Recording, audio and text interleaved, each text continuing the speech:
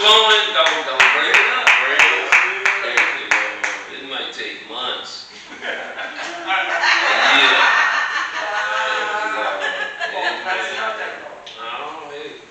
Father, what the situation is. It's best to just stay in love with Jesus, and then you won't get into none of that. And that's what I told Tracy. I will not argue. I'm just anyway. And I can't. It messes my spirit up. Thank you, Jesus. When you really start loving God, if you love somebody, you will not be at peace if they ain't happy. Let me let that one so. If you can snow and they ain't happy, something's wrong.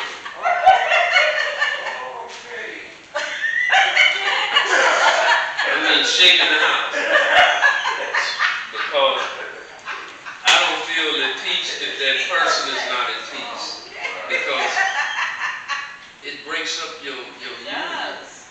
Because you're tied to that person. Amen. It's a part of you. Amen. This is real, man. Amen. This is real. And we're going to bring it home. The love thing, let's close it right here with this one right here, this scripture right here in 13 Corinthians. You know, joy heals you. Amen. Joy restores you. So when you leave, the devil don't have no victory.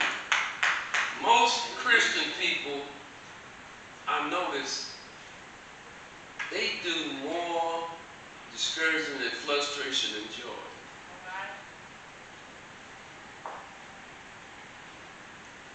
I'm learning myself that every day is a blessing. Why miss it stressing half the day on something that'll be here after you've gone anyway? Out of your control. But I can't control. Let me just keep enjoying this day, regardless of what's happening. Amen. See how you can dictate something in this atmosphere that the devil can't control. You know what he does? He can control our flesh if we let him. Sight. I'm going to call something to make you quit smiling. I'm going to call something to make you quit having joy and peace. Because if you have joy and peace,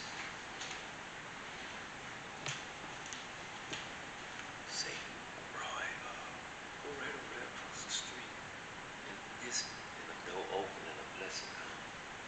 Because when I'm at peace, a still voice can speak to me. When I'm stressed, I miss my blessing. He turns me. And Jesus, he said, if you keep your mind stayed on thee, I'll keep you at perfect peace. And when you're at peace, why did Jesus always say when he walked up to people, peace be still. Calm down.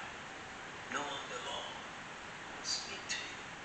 It ain't got to be just human quietness, my spirit. When you wake up in the morning, lay up on your bed and meditate up on me before you just jump up and run. That's right. I'm going to speak to you. Get in your car and just meditate, Teresa, a few minutes, a minute or two. Why are we always in a rush? I saw a man rushing me down in the car and got to the corner at the stop sign and went 2 houses right there and parked. And he was going for a whole 2 blocks, trying to get in front of me and pull right over there and park it down. I said, look at this nut. He was rushing. I thought he was trying to get on the highway or something. He went right over there. I said, what is wrong with this cat? Wow. Small victory, right? Maybe he felt liberated after he beat me. But that's the mindset. What I'm going to ask y'all as we close it, it's coming down. A Christian, this is what I do my best to do. I have regiments in my life because I can't pastor and I can't live on the east side and I can't deal with the people around me if I'm always meditating. Because meditation is one of the things that helps me. When I'm riding, I don't always have on the music. I just meditate. sit down and drink a cup of coffee and just sit there in a chair and meditate. Let my mind come to fruition rather than get up moving around it. Wow. I try to lay my stuff out. When I leave here tonight, about 10 o'clock, I'm going to lay my clothes out. So if I do get up and it's past a little time, stuff right there. Where's that? Where? That was in there too. Let me stay ahead of the devil. He never sleeps. I gotta be on top of mine.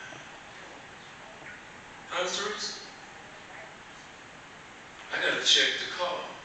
Because that little booger might have went under there and loosened a wrench or something. Let me pray and crank my car and let it run a minute and warm up. Just pray and meditate. Something might come to your mind and say, oh, I forgot to do this. Let me do this at lunch. Let me do this before I go to work. See what I'm saying? Ooh. Oh, thank you, Jesus. Look what it says here, church. 1 Corinthians 13. I'm going to close right here.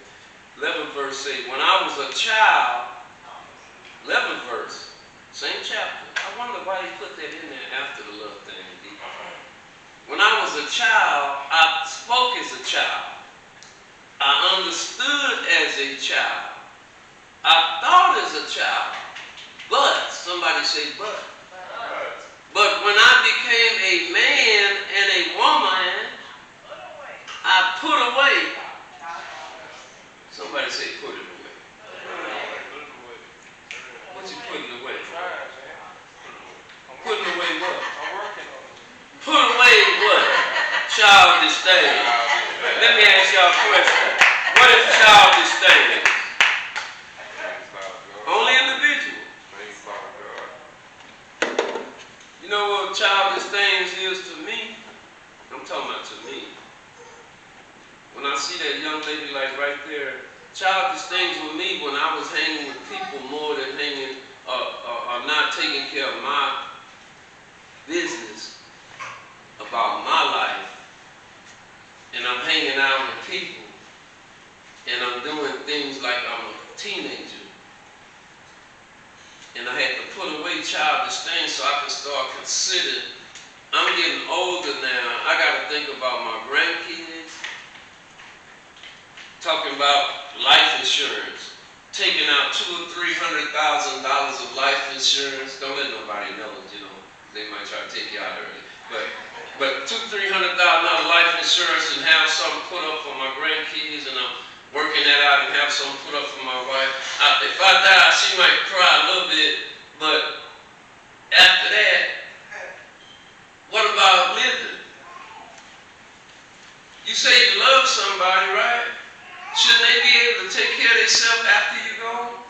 Right. Papa was a Rolling Stone, wherever he laid his hat with his home. But when he died, all he left us with was a loan. You know what the loan was? We was in debt. Papa was a player, left us in the hole, man. We owe 70 grand. He had all kind of neck him right to the house. Y'all, we need to collect that money. Papa was a Rolling Stone. You didn't know he got them rolling debts? I don't want to be a Rolling Stone. I want to lay my hat where my grandkids, wife, the church, I can leave a legacy and a blessing. One of these young people can be, that young lady going to be a preacher or a prophet or all over the world. She could keep leading ministry. Your son, I can leave a legacy. Your kids, they could be still running God's house. That's what I'm thinking on, Bill. That's why I want people to bring their children so I can work in their life so they can keep running this church. I know some of y'all thought we're going to help be in this church till you 91. And they're going to be the members, I hope. If we pass on. Reverend Jones ran this church right here 40-something years or 50-something years pastored here. And his desire was that this church don't get tore down. And we remodeled and built it, and I started God House in this church. Me, my grandmother, my auntie, and my ex-wife and my daughter, we organized God House right in this church under him. And I ended up coming back here. Prophecy. And I'm preaching in here. But he said, Pastor, I don't want to died knowing this church is tore down when he was at Mr. G's. It's still going on. One man thought about putting a church on a corner, and it was a house. He made it into a church. People getting saved in here. Amen. Watch this. When you go on, your child got Jesus. My grandma gave me Jesus. I'm pastoring now. She said, I'm leaving you with the best thing I ever could have left you with. I sat in this church almost 20 years with you as a member to help you get established with God. So when I leave, I'm leaving you with God. Your sister them getting some money, but that money gonna run out. But you can't run out of Jesus. And I thought about what she said. She said, you're gonna be all right. But I thought as a child, I'm gonna close it with that right there. But when I became a man, I put away childish things. I'm gonna be honest with y'all. I'm still putting away childish things in my life. What you mean, Pastor? But sometimes I want to think childish about myself and not about her and the others in the house. Childish. I got to admit I'm a man and I got responsibilities. Regardless of what they do, I got to keep being manning up. Amen. When I became a man, I put away child things. I ain't finna skip the church. I'm a man. What I start, I need to finish. I'm coming to church. I was no good. Would never be consistent. Would never be faithful to nothing, to nobody. But today, I beat the devil by finishing everything I started. That I can say today that I ain't running out on commitment with God. I told the Lord I'll preach till I die, and I'm going to be faithful. I might go through storms and ups and downs. I might go through fall and go through rough times, but I'm still going to fight with the Lord. I ain't giving up. Come on. And I see so many men, they come in, and y'all women are beautiful, y'all faithful, y'all strong. Jesus been having women from the beginning in ministry with him. When he was dying, they was the one cooking when they traveled. The women took his body when he died. They took him out the grave and wrapped him and got him ready for the frankincense and myrrh and all that. The women put his body with John. And they was there, Martha and Mary, at the cross. Come on, the disciples broke and ran because they had fear of the Roman soldiers. Said, what, you wanted them with Jesus? No. Mary and Martha and them, yeah, we was waiting. You know, what you gonna do about it? Huh? You ain't started yet? Lord have mercy. They was there. But look, I'm saying today, you know why? The devil attacks men. The men you love and the men you want to be with God, because the man is the master bike link on the chain. If I can get the man out the house, I can disrupt the house. I can make the woman believe in the government, in the system, and he become their man. And then they'll go file on the man and make the man get under child support. Make the man, you gonna mind me. Ain't nothing wrong with that. But at the same time, hold on. And at the same time, they become to believe in that more than, watch this, a real woman of God will walk up to a man and say, I still believe in you. I know you're a man of God. You need to come on to Jesus, brother. Who are you, sister? I'm a voice crying in the wilderness. When he try to holler at, hey, brother.